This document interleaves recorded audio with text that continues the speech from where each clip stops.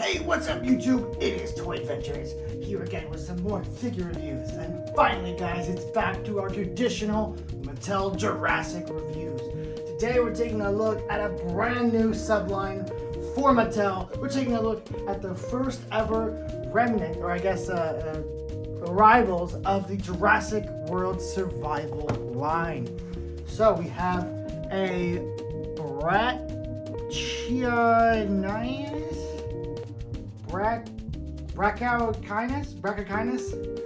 gonna go with Brachauchenius, just to make my life easier. If you guys wanna go ahead and put the proper pronunciation down in the comments, let me know, and I'll correct myself next time I ever address this creature, if that ever happens again. Anyway, next we also get a fan favorite, Ceratosaurus.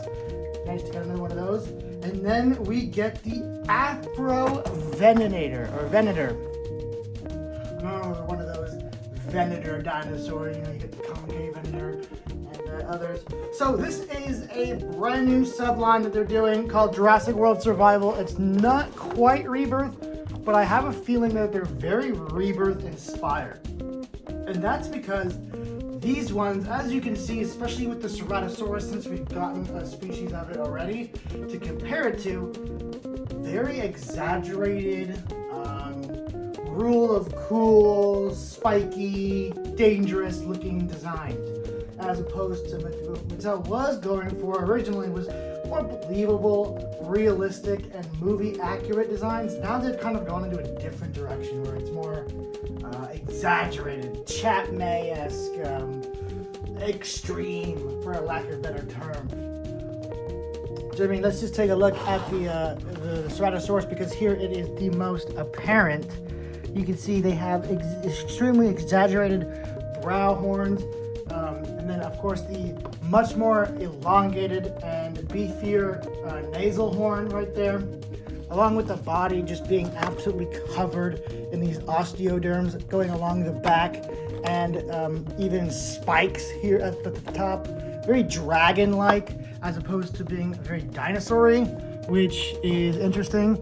I could see this being kind of like a hybrid with a horned dragon, maybe. That would be a pretty cool explanation. And then another thing these newer figures got as a gimmick, which is pretty hit or miss depending on how you feel about it, is lights. Do the light features belong in dinosaur toys? No. Unless it's a hybrid, absolutely not. To be fair, they do not jack up the price of these figures. These are still $15, just like the rest of the Roar, so that's cool.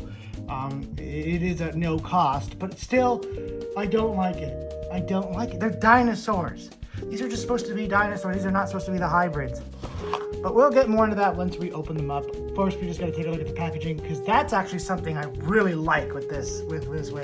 If anything, I love the packaging, because one of my favorite eras of Jurassic Park merchandise was the Lost World caution tape era.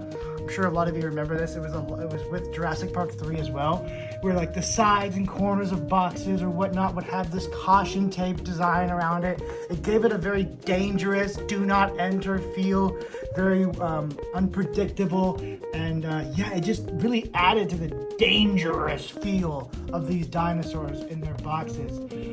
So I'm really happy that they brought that back, along with a beautiful jungle background and a really nice image of Ember, the T-Rex from Rebirth. Just a great packaging scheme for what I'm already seeing to be kind of a mid-line. I'm going to be brutally honest. I'm not a fan of these exaggerated designs. I would much rather them just keep trying to get better and better and better and better at the movie, or even paleo-accurate designs, as opposed to this. Oh, I went off on a tangent again. Taking a look here at the back, we get the pretty standard affair for these Roar. It just shows you the little gimmick and the motion it does, along with the ooze and the wave. I did not get the Pteranodon because I do not like Mattel's flyers. I thought we were turning a new leaf with Rebirth, but it seems no, they're still gonna reprint those old mid ones. So anyway, that's pretty much it for the packaging on these. Really nice, probably the best aspect of Survival so far. because all the other unique aspects to it, you know what, let's just get dinosaurs open and see how they actually are. So here we have everything out of the packaging. First, we're going to take a look at, of course, the Ceratosaurus, just because he is something we've already gotten before. Move the camera just a little bit more into the light so we can get a better look at this really nice paint scheme. It's a shame this is such a lousy sculpt, in my opinion, because well, the sculpt's not lousy. If you like stylized sculpts, you're probably gonna like this one. I don't, so I think it's bad, but it is, sculpt-wise, being objective here, very well defined and really well done. It just doesn't look like how I want it to look. But skill-wise, put into this, it is quite intricately detailed. All right, I won't fault them or take away that credit. They do deserve it. It does look pretty. This is definitely one of the best sculpt, most defined. They're definitely upping their game with these new waves. But I don't like the style, at least with this one. I like the other two, but we'll get into those in just a bit. But this one, no. The colors are great. I love these colors. This kind of grayish green with a much darker brownish green kind of blotched and splotched over it with a bit of just black mixed in there with the face. It looks super, super good. And I'm really happy with the colors on this. I just wish it was on a better Ceratosaurus mold. Gimmick wise, you just have a simple button right here on the side. He just lowers his head and roars, as well as having yellowish orange lights that emit around his stomach and neck.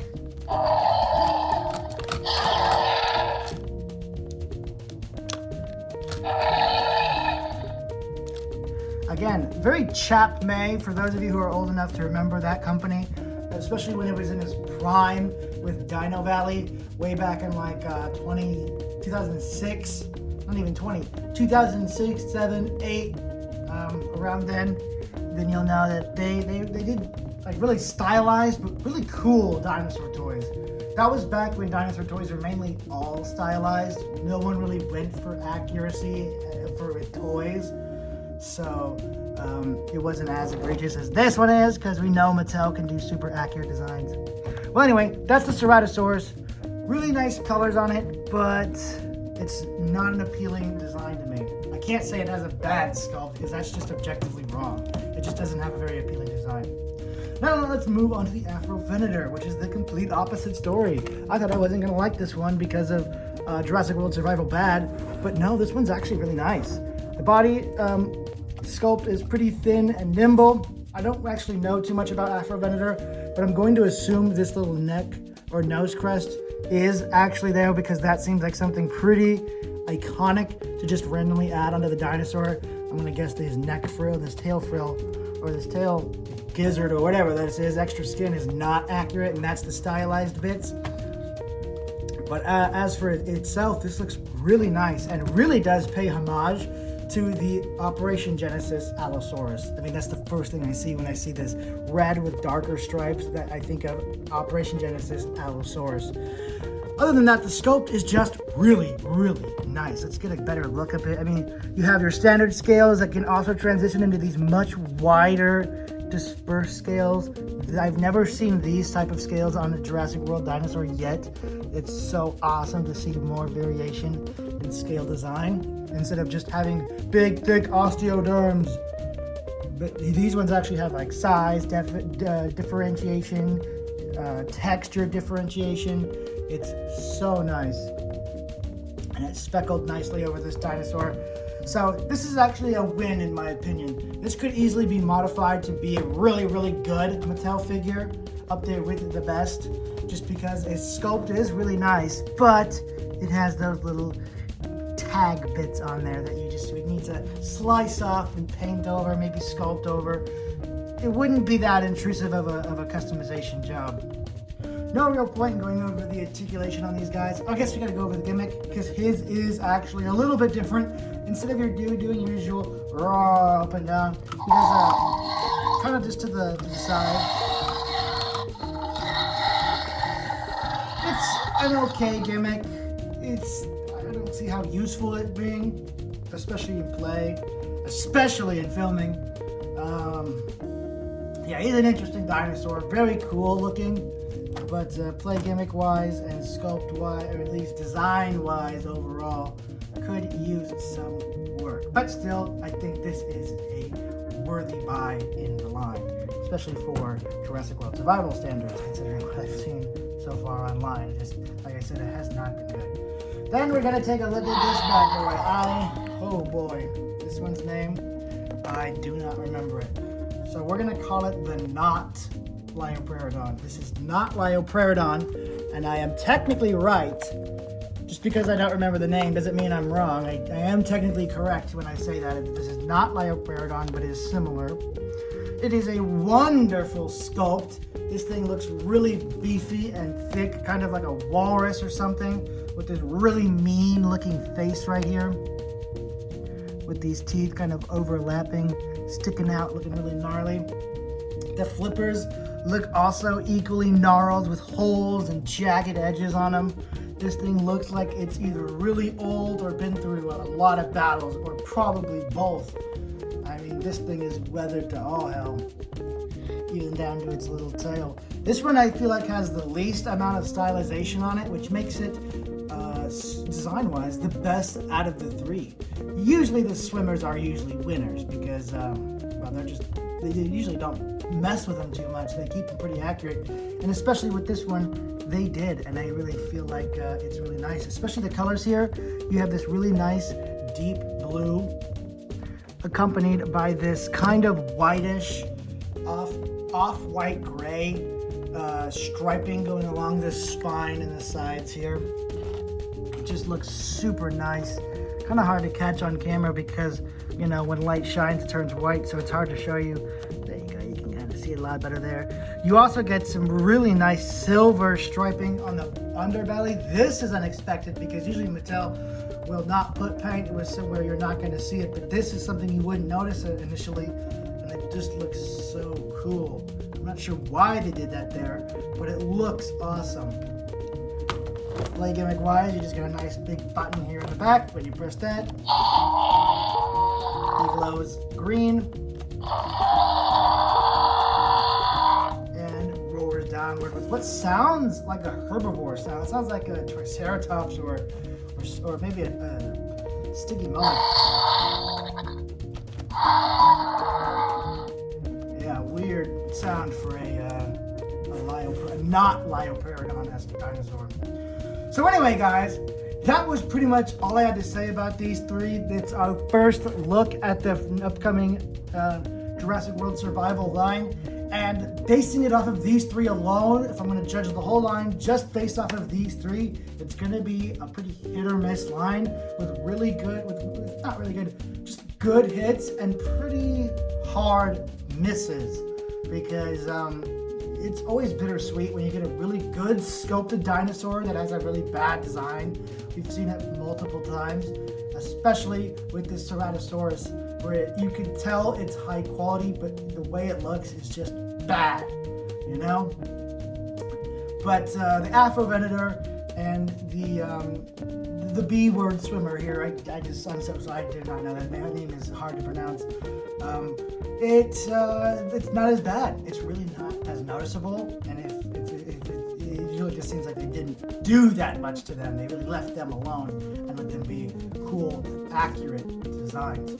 So let me know what you guys think. Are you guys excited to find these figures? I found them in Target. That's where you guys can find them. They're already coming out. So let me know, what do you think about them? Are you going to buy these? Are you even going to get invested in the survival line? Or are you going to pass on a lot of them? Initially, I was going to pass on these, but I figured I have enough to say about them to justify the purchase. I don't like them, but I had so much to say about them that I thought, you know what, it's worth buying them just to make a review and talk to you guys about them. So let me know your thoughts about them down in the comments, and I'll catch you guys next time. Peace!